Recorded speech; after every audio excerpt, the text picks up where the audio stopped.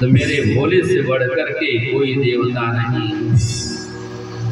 राम कहे, कृष्ण कहे, शिव कहे, तत्व तो एक ही है। अंतर नहीं निवेश, अंतर कुछ नहीं है, बस हमें पहचानने की जरूरत है। जीवन में अपना इष्ट एक होना अवश्य चाहिए। एक गुरु, एक इष्ट, एक पुरोहित बहुत जरूरी है। शौनकादि ऋषि कहते हैं, अथ किं परमं साध्यं किं वा तत् साधनं परम्, साधक कीदृशस्तत्र तदिदं ब्रूहि तत्त्वतः। साधक कौन है और उसको पाने के लिए साधन क्या है, और कहते हैं कि साधक कौन है। ब्रह्मा जी कहते हैं कि साध्यम शिव पद प्राप्ति साधनम तस्य सेवनम, साधकस्तत् प्रसाद्यो नित्यादि फल निस्पृह। ब्रह्मा जी कहते कि हे ऋषियों, शिवपद की प्राप्ति ही साध्य है और उनकी सेवा करना साधन है, और जो सभी फलों से निष्क्रिय हो गया है वह साधक है। तो कहते हैं कि साधन का स्वरूप बतलाते हुए ब्रह्मा जी कहते हैं कि मनसा मननम तस्य महासाधनमुच्यते, श्रोतव्यः कीर्तितव्यस्य मंतव्यस्य महेश्वरः। श्रवण, कीर्तन और मनन यही त्रिक साधन है परमात्मा को पाने का। लेकिन इस शिव पुराण की कथा में हमारा प्रयास रहेगा कि जितना से ज्यादा हो सके श्लोकबद्ध होकर के कथा को श्रवण करें। नहीं तो भाई आजकल टोने टुटके तो बहुत चल रहे हैं शिव पुराण में।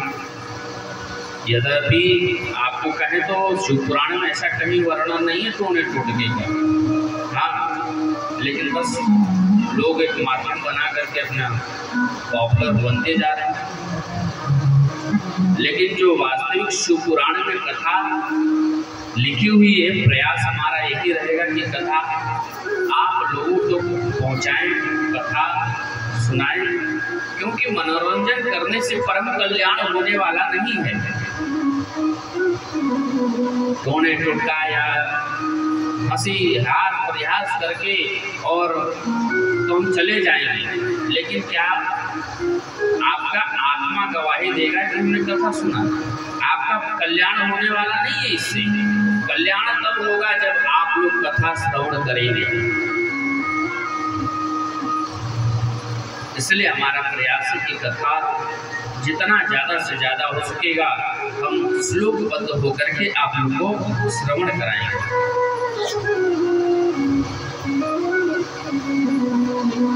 सत्संगमेन भवति श्रवणं पुरस्तात्, संकीर्तनं पशुपतिरथ तद्दृढं स्यात्, सर्वोत्तमं भवति तन्मननं तदन्ते, सर्वं विसंभवन्ति शंकर दृष्टिपाते। सत्संग से श्रवण पुष्ट होता है, और श्रवण के पुष्ट हो जाने पर संकीर्तन दृढ़ हो जाता है, और उसके बाद सर्वोत्तम साधन मनन होने लगता है। यह सब तभी होता है जब भगवान शंकर की कृपा होती है। बोले शंकर भगवान की जय। सूत जी महाराज कहते हैं कि एक बार व्यास जी महाराज सरस्वती नदी के किनारे वहाँ तप कर रहे थे, तपस्या कर रहे थे। तब वहाँ सनकादि ऋषियों का आगमन हुआ, और सनकादियों ने व्यास जी से पूछा कि अभी आप तपस्या क्यों कर रहे हैं, आप तपस्या क्यों कर रहे हैं? तो व्यास जी ने कहा अभी मुक्ति के साधन ज्ञान का उदय नहीं हुआ है। तब सनकादियों ने व्यास जी को इन्हीं त्रय साधन का उपदेश दिया। श्रवणं कीर्तनं शंभोर्मननं च महत्तरम् त्रयं साधनं मुक्तं च विद्यते वेद सम्मतम। सौनकादि कहते हैं कि एक बार हम मंदराचल पर्वत पर गए, तपस्या कर रहे थे, और वहाँ तपस्या जब कर रहे थे मंदराचल पर्वत पर, तो वहाँ नंदकेश्वर भगवान आए, और नंदकेश्वर भगवान का आगमन हुआ। उन्होंने हमें त्रिक साधन का वर्णन दिया, वही मैं आपको श्रवण कराता हूँ। सौनक जी कहते हैं जो मनुष्य तीनों साधनों में असमर्थ हो वो क्या करे? तो सूत जी कहते हैं कि श्रवणादित्य सत्य लिंगे वेरम च संकरम संस्थाप नित्यमभ्यर्च करे संसार सागरम। जो मनुष्य तीनों साधनों में असमर्थ हो उसे भगवान के लिंग और वेर के स्वरूप की पूजा करना चाहिए। तो सौनक जी कहते हैं कि अन्य देवताओं की पूजा सिर्फ मूर्ति में होती है, किंतु भगवान शंकर की शिव की पूजा लिंग और वेद दोनों में क्यों होती है? तब सूत जी महाराज कहते हैं कि भगवान शिव परम ब्रह्म है, निराकार होने से उनकी पूजा शिवलिंग में और रूपवान होने से मूर्ति में वेद में पूजा होती है।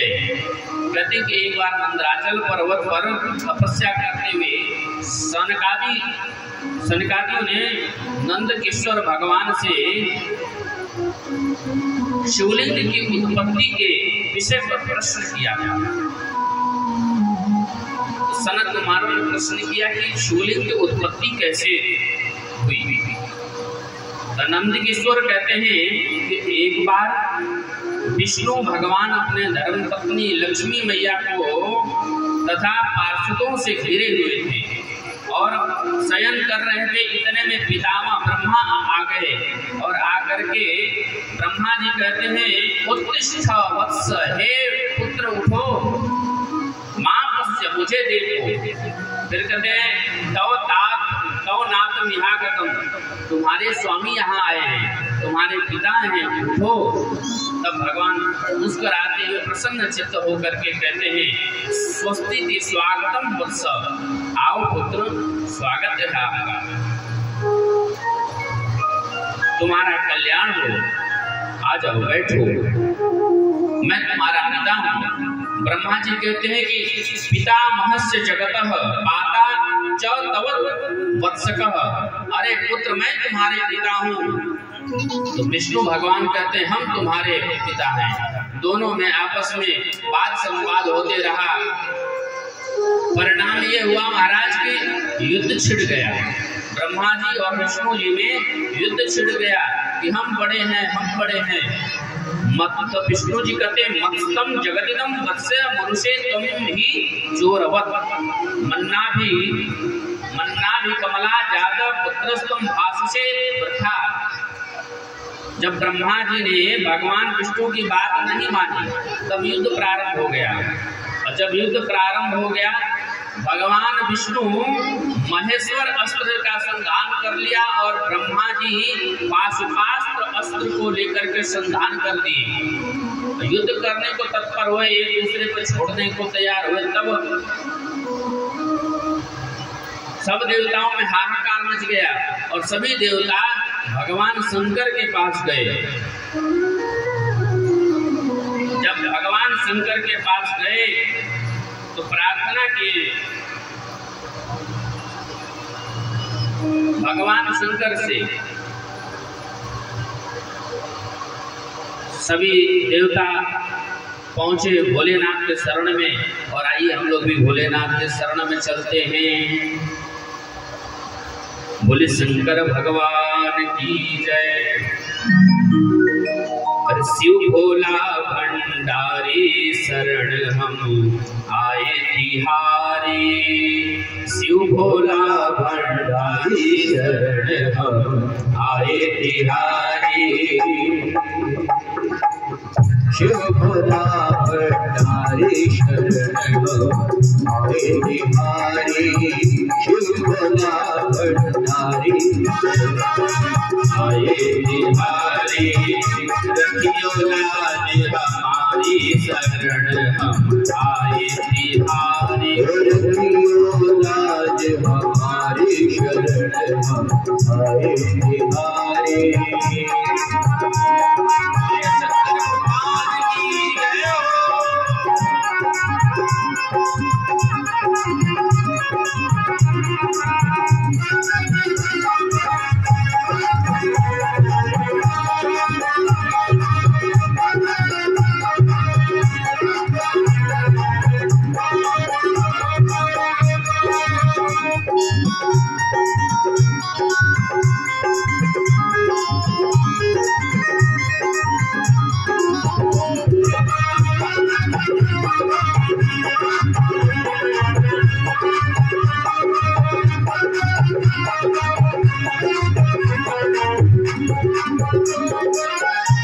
गले में सोहे मुंड की माला, गले में सोहे मुंड की माला, सिर पर गंगा धारी, सिर पर गंगा धारी।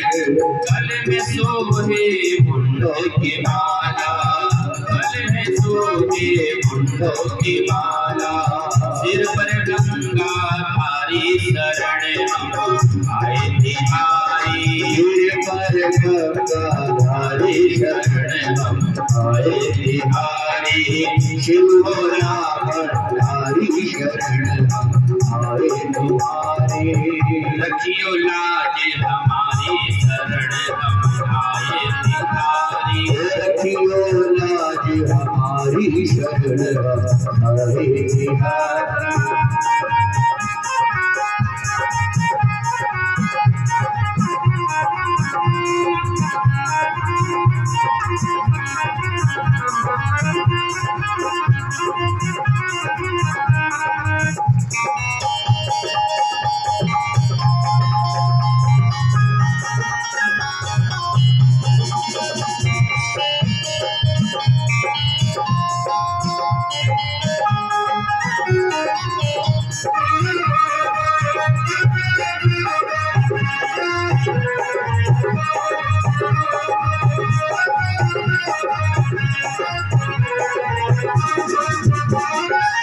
बाप भाग जग जननी विराजे, भाग भाग जननी विराजे। बाप भाग जग जननी विराजे, जननी विराजे। शंकर डमरूधारी, शरण हम आए बिहारी। शंकर डमरूधारी, शरण हम आए बिहारी। शिव भोला भंडारी, शरण हम आए बिहारी। रखियो लाज हमारी, शरण हम आए बिहारी।